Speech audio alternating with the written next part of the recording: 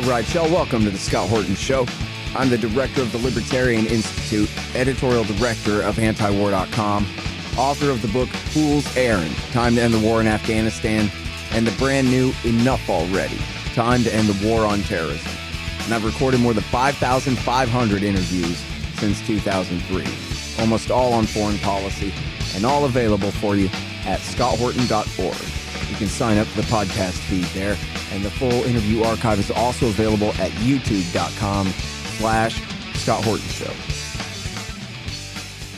All right, you guys, introducing Russel Wray, and he's from Ellsworth, Maine, and I got a friend of mine sent me a picture.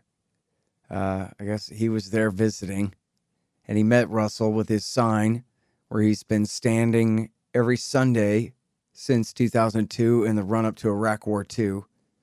This time his sign says, "Defund the Pentagon." And my friend was telling me he had a really good conversation and recommended an interview, so I decided to go for it. So welcome to the show, Russell. How are you doing, sir? Thank you very much, Scott. I'm doing fine, thanks.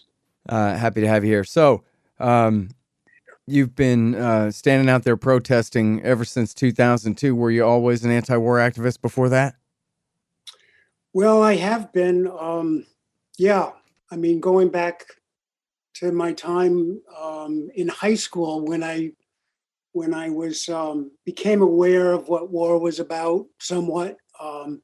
And I had this was back during the conscription lottery, and the Vietnam War was still going on. And I had a very low number, and I had applied for conscientious objector status and was rejected. And a few months after I was rejected, the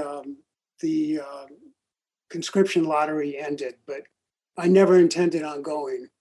So I'm not sure exactly where that came from. I think had a lot to do with just the feelings, the mood at the time. People, were really, the anti-war movement was alive and well at that time. And I had no intention of going. And so that would have been, what, in the early 70s? I was in 73, yeah. And then luckily that war finally ended a couple of years later, or a year or so later there. And then, so in 2002, I imagine you weren't standing alone out there. You must have had some friends. And I know all across this country, and including in Austin, where I'm from, there are people of all kinds of political descriptions who are coming together to try to oppose that war. That's right, yeah. In Ellsworth, we actually, which is not a big town, we had some really good turnouts for some of our vigils and protests. And those were more on particularly like national protest days. But otherwise, we had our ongoing weekly vigil. And at that time, I wasn't alone. There was other people there with me. Yeah, I went to the big ones myself. Otherwise, I haven't always been very big on the street protesting stuff. But there were, I don't know when this stopped, but there were in Austin, the women in black would stand out there. They were essentially like Code Pink type ladies. And that lasted at least through the Bush years. I don't know if they kept it up into Obama or not. Yeah. Well, unfortunately, I think the Obama years really... things he was perfect for the powers that be in terms of kind of making people feel like things were going to be okay, and they weren't. So I kept my protest going through the Obama years. Yeah, happily. Well, that's very good to hear. He certainly kept the wars going through his years. So really did. Yeah, and it's just on every facet of American life now. Everything is so politicized, and then on top of that, ultra partisan. Where if conservatives start to get good on war, liberals start wondering whether maybe they should get worse on it, rather than agree with people that they hate on anything, even if it's people that they hate actually getting good on something after too long. Right. It is strange times. Different times right now. Yeah, it sure is. All right, so Now, defund the Pentagon. I see in the picture here that my friend took. That's a pretty new looking sign. Do you change the slogan on the sign very often? Um, that's, I mean, the sign I had before that just said, bring all the troops home now, or something like that. Hmm. That was after, during the height of the Black Lives Matter movement, when that whole defund the police, was big, and Hmm. people understood the meaning of it, or at least many people understood what that was getting at. I thought, well, why not defund the Pentagon? And it seemed like the time was right, and people might understand the connection there. Hmm.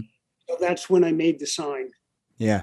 You know, um, so you're got a few years on me, but I was born right after the Vietnam War, and I was raised in the shadow of it, and there certainly was the residual culture on the left of, fear of and distaste for the CIA and the military and military associated industries and that kind of thing. That was, the Mhm. Vietnam syndrome, as the critics called it, really had made an impression on them and lasted for a very long time. But I think maybe people just, it was in the movies too, right? Hamburger Hill and Platoon and Jacob's Ladder. And there are Uh-huh. quite a few more, right? Like all the Vietnam War movies, and even like the Stephen King movies. Firestarter was about this secret evil government agency that experimented on this little girl and gave her these powers. You know what I mean? It was all kind of felt that way. But I think maybe a lot of that culture is missing. It kind of wore off. Even Yeah, after Iraq should have invigorated it more, but kind of didn't. it did invigorate it more, and yeah, I agree. It should have. It's really interesting how I think, well, I personally think Obama had a lot to do with really fracturing the peace movement and the anti-war movement. Really kind of put it to sleep to a large extent. And it's not just Obama, of course. The U.S. military got smart and ended the draft, and now it's of course, some say there's now an economic draft, and there's a lot to be said for that. Um, you know, um, but that helped a lot to put people back to sleep. I see when I'm standing out there on the bridge, I see all kinds of young people go by with no reaction. It's like it doesn't affect them, these wars, or at Yeah. least I mean, it does affect it. It affects everybody. It affects all of life on this planet, but it doesn't. They don't feel like it affects them personally, I guess. Yeah. You know, one time in LA, I was sitting in my truck and I had an antiwar.com sticker on the back window. And a guy walked by and I just heard him scoff to himself. I don't think he was necessarily trying to be overheard by me. He was just kind of saying to himself, anti war? Like, he just couldn't even get his head around the idea at all that why would anybody begin to bother about something like that? I mean, who cares at Yeah. all? It would just seem so alien to him. Anti-war. That's like pro quilting on a bumper sticker or something. Just seemed like a completely ridiculous thing to have on a bumper sticker. Maybe more ridiculous than pro quilting. I don't know. There's nothing wrong with quilting.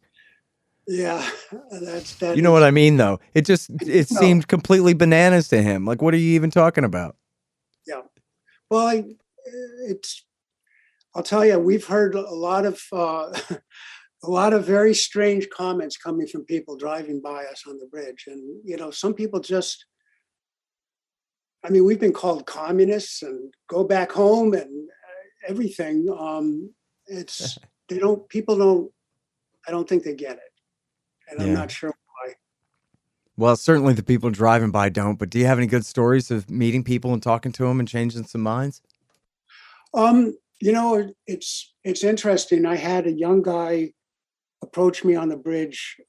This was a number of years back, and he asked me what I was doing. He was a little bit, he was slightly, what's the word? He was angry and a little bit ruffled, but I talked to him for a while, and um, he ended up coming back a few weeks later, and I was a little bit shocked when he told me that he had enlisted.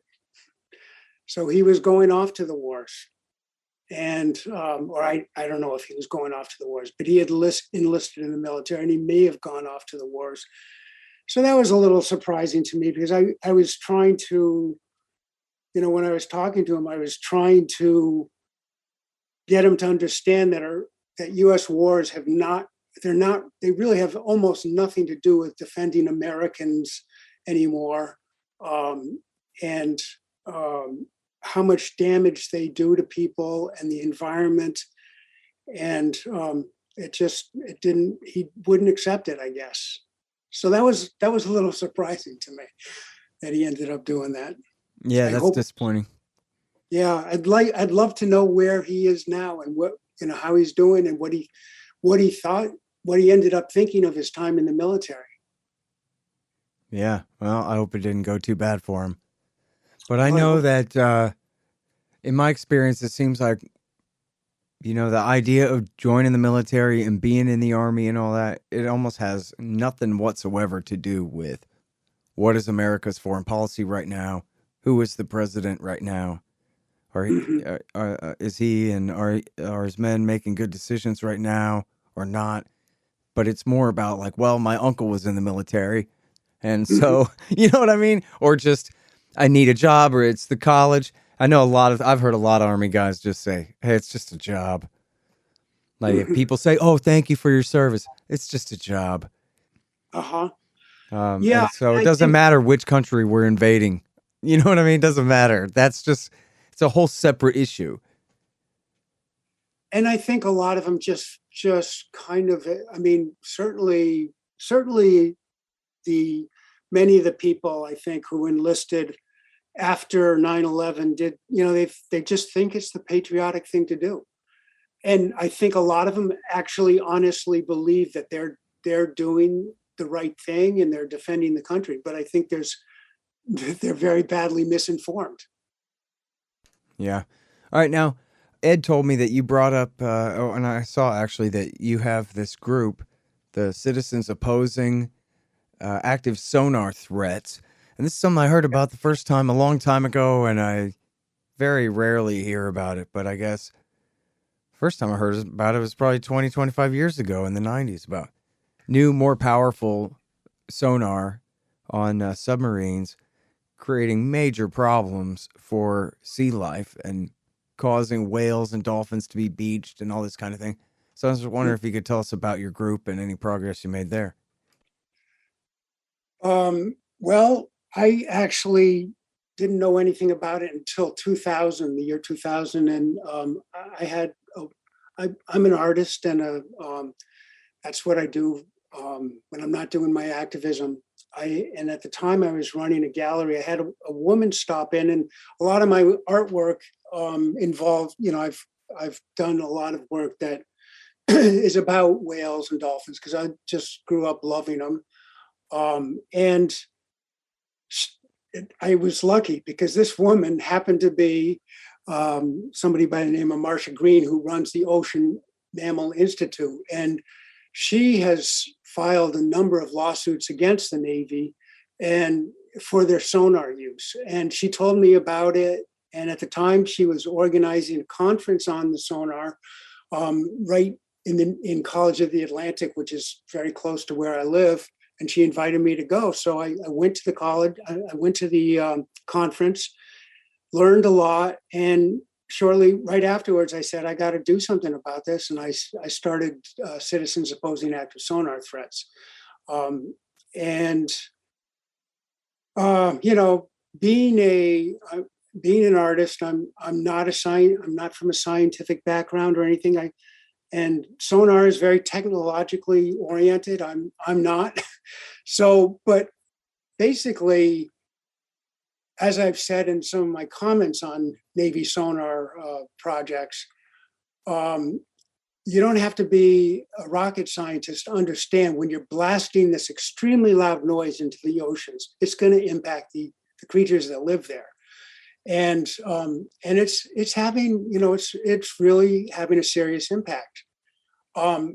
Unfortunately, because these animals are at sea and many of the Navy exercises are, far from our shores, we don't see the impacts very often. Sometimes we do see them, but most of the impacts we never see, and we really don't know.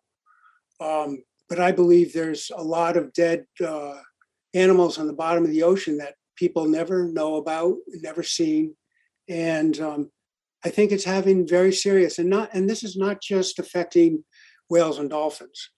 It affects fish and some types of fish and other sea life. You're blasting this extremely loud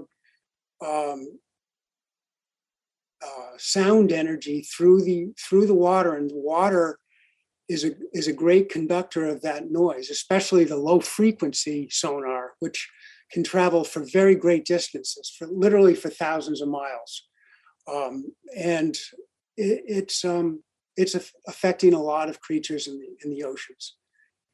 One of the reasons that I decided to focus in on that particular issue of Navy sonar was because it so beautifully combined my love of whales and dolphins in the oceans and nature with my strong feelings against war making. Yeah. Hold on just 1 second. Be right back. So you're constantly buying things from Amazon.com. Well, that makes sense. They bring it right to your house. So what you do, though, is click through from the link in the right-hand margin at scotthorton.org, and I'll get a little bit of a kickback from Amazon's end of the sale. Won't cost you a thing. Nice little way to help support the show. Again, that's right there in the margin at scotthorton.org. Hey, you want to know what industry is recession-proof? Yes, you're right, of course, pot. Scott Horton here to tell you about Green Mill Supercritical Extractors. The SFE Pro and Super Producing Parallel Pro can be calibrated to produce all different types and qualities of cannabis crude oils for all different purposes. These extractors are the most important part of your cannabis oil business. For precision, versatility, and efficiency, greenmillsupercritical.com. Hey y'all, Scott here. If you want a real education in history and economics, you should check out Tom Woods' Liberty Classroom. Tom and a really great group of professors and experts have put together an entire education of everything they didn't teach you in school but should have. Follow through from the link in the margin at scotthorton.org for Tom Woods' Liberty Classroom. Well, and I would just like to point out, for the audience's sake, too, that conservation is not just a partisan issue, and not all environmental concerns are global warming laws and taxes being inflicted or whatever. And we may need submarines. If we need a standing army at all, maybe we need a couple of good submarines, as Ron Paul said. But there's got to be a way to do it where we're not waging war against the basic ecosystems of the planet that we all are going to need to survive for the long term. So, absolutely. One of the things that various organizations that have been working on this issue have been trying to get the U.S. Navy to do, and some other foreign navies are actually much more reasonable than the U.S. Navy when it comes to attempting to protect marine life. But the U.S. Navy, they insist they have to train, even if it's just for practice or training. They have to do it. They have to have the sonar at full blast, and they don't want to ramp up the sonar. In other words, start it at a low level and slowly raise the level to give marine mammals and other life that's nearer time to, try to move away from the sound. They just refuse most reasonable mitigation measures that could really lessen the impacts on ocean life. So I think the U.S. Navy is incredibly arrogant in its approach to using this sonar, which they know is harmful, and they just won't take reasonable measures. Mm. And now, is there anybody in Congress who cares about this, makes much of a big deal about it, or any kind of real movement to stop them? You know, there have been Congress people in the past who've expressed concern, certainly, but there hasn't been any real reining in. I mean, the reining in of the Navy, whatever little has occurred, has been through court action. It's not through legislative action. And usually, in many cases, the Navy just, appeals. They'll if they lose the case, they'll appeal, and they'll say, "Hey, we need this for national security," and that's it. I mean, one case during the Bush years went up to the Supreme Court, and that was about sonar training off of California, and it went up to the Supreme Court, and they ruled in favor of the Navy because the Navy screamed, "Hey, we need it for national security," and that was it. Yeah, the courts will always defer to the executive branch on stuff like that. Yeah. Unfortunately. Yeah. So really, it is ongoing. I think we don't really know the full extent of the harm that's been done by it, but I believe it's large. I mean, we do know that there's been numerous whale strandings following Navy sonar exercises where injuries are consistent with acoustic impacts. And, there's no doubt that it is causing problems. One of the problems is that, other countries don't necessarily have protocols in place to find all the whales. I mean, there are remote stretches of beach where whales can wash up, where they won't be found until it's too late. They're just, they're rotting on the beach. And at that point, you can't really do a necropsy that's going to be successfully able to find out what may have caused the death. So anyways, I think it's a big problem.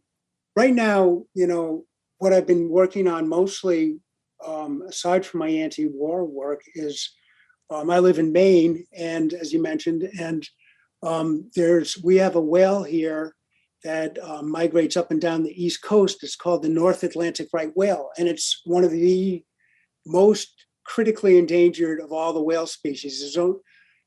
There's only 336 estimated to be still alive, and these are incredible creatures. They get up to like over 50 feet long. They're massive. They're just amazing. And they keep getting entangled in fishing gear and struck by ships. And the reason I brought this up was because there is a Navy sonar range. It's a range it's called the Undersea Warfare Training Range, and it's it's about 50 miles off the shore between Florida and Georgia. And this, even though the Navy was very much aware of the fact that this is the area where the right whales go to have their calving ground. It's their calving grounds, their only known calving grounds. And they were told that they were very much aware of it, but they insisted it's got to be there. And we took them to court on it. I was part of a lawsuit on that. And we lost the lawsuit. We appealed it. We lost the appeal, even though the law was clearly on our side. I mean, for a number of reasons. But again, you're fighting the Navy, and it was, the courts just, they just wouldn't have it. So we lost that case. But why I brought this up is because here's this sonar range right next to the calving grounds of this critically endangered whale. And this whale, one of the big problems is they're because of all the stress they're under, they're calving less frequently than they used to. Like females used to, in their in their years of their reproductive years, they would sometimes give birth like every 3 years, but now it's much slower than that. It's like more like once every 8 or 9 or 10 years. And they're very stressed out from various things, one of which is entanglements. But I'm wondering, and I'm sure I'm not alone in this, how much that sonar range, which this range is they're engaging in these sonar exercises. What was the figure? I'm really bad at remembering figures, but it was like, more than once a day. And you blasting this sonar, and it's like 50 miles, or I mean, the whales don't have, they don't say this inside this circle is our calving grounds. They'll give birth in and around that area, and they have photographed a whale giving birth. I think it was just outside of that area of the defined location of this particular range, sonar range. So, how much is that sonar noise impacting these critically endangered whales' ability to give birth and to raise and to bring up their young? Because after they give birth, they stay down there for a while and to nurture the newborn calves. Yeah. So what's all this sonar noise doing to them? Right. Well, and the thing is too, like, let's say that your take on it is overblown. The reality is there's no accountability, and the Navy can just do whatever they want. And so it's clear that regardless of how bad this is for the whales, they're going to do whatever they want. And as you say, what can you do? Sue them? The courts won't intervene. And so it's going to take, some kind of popular pressure that makes it, an important issue for politicians to get on board with and that kind of thing. And speaking of which, I wonder if you're familiar with the journalist Dar Jamel. Yes, I know. I don't know him, but I know of him. Yes. So my understanding is that he's an old friend of mine from the Iraq War II days, where he did great reporting there. And I know that this is his beat, is, militarism and environmentalism, where they intersect there. And I'm under the impression, I think I'm right, that he's making a documentary now with Abby Martin about this. And I wonder if you're in contact with them, or if your group is in contact with them. No, I haven't been. And I don't think I knew that. Are you saying he's making a film about sonar in particular? No, about militarism and environmentalism. So I'm sure this will be part of it. I know that Dar has written about this in the past.